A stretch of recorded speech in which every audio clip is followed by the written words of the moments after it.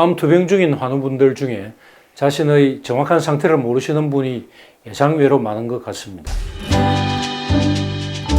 물론 유방암, 폐암, 위암 등으로 병명은 알고 계신데 조직학적 유형이라든지 예를 들어서 폐암은 소세포암, 선암, 대세포암 등의 유형이 있는데 어떤 유형인지, 병기가 1기인지 2기인지, 앞으로 치료 계획이 어떤지에 대해서 정확히 모르시는 경우가 많습니다.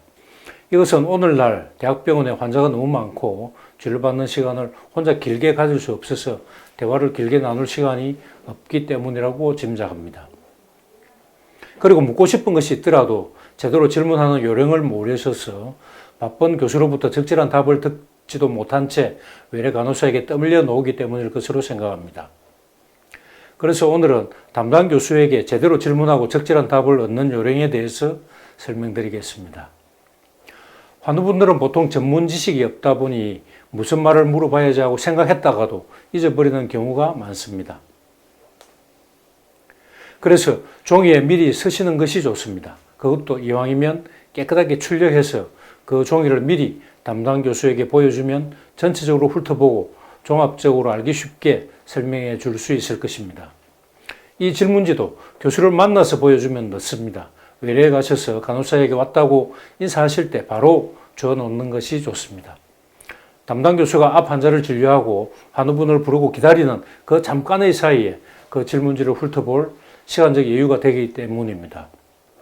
그리고 질문은 한꺼번에 너무 많은 내용을 작성하지 마시고 1개 내지 2개, 많아도 3개 밑으로 간략하게 요점만 작성하셔야지 글이 너무 길면 담당 교수가 읽기 힘들겠죠.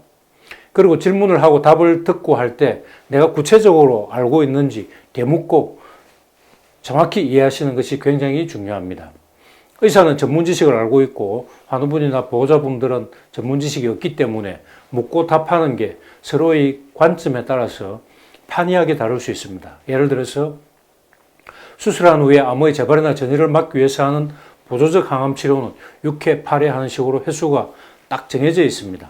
그러나 수술할 수 없는 4기의 경우에는 암의 진행을 막을 목적이거나 완치가 아니라 정상을 줄이기 위해서 하는 항암을 하는 고식적 항암 치료를 하게 되는데 이것은 제한 없이 계속 무기한으로 반복적으로 하게 됩니다. 그래서 항암제를 쓰고 나서 CT나 MRI를 찍고 항암 치료 전에는 5cm였는데 지름이 1cm로 줄어들게 되면 환우분이 생각하기에는 좋아졌다고 판단하고 조금만 더 치료하면 완치될 수도 있겠다 하는 희망을 품게 됩니다.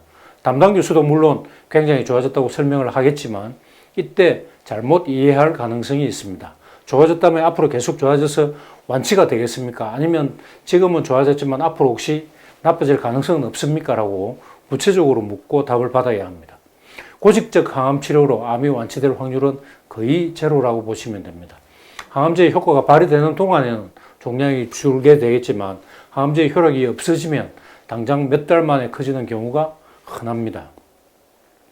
그래서 좋아지는 줄 알고 있다가 갑자기 커지거나 전이됐다는 진단을 듣고는 실망하고 낙담하는 경우가 매우 많습니다. 이는 의사와 환자, 보호자 사이에 부족한 설명 등으로 정확한 이해가 없었기 때문에 생기는 현상들입니다.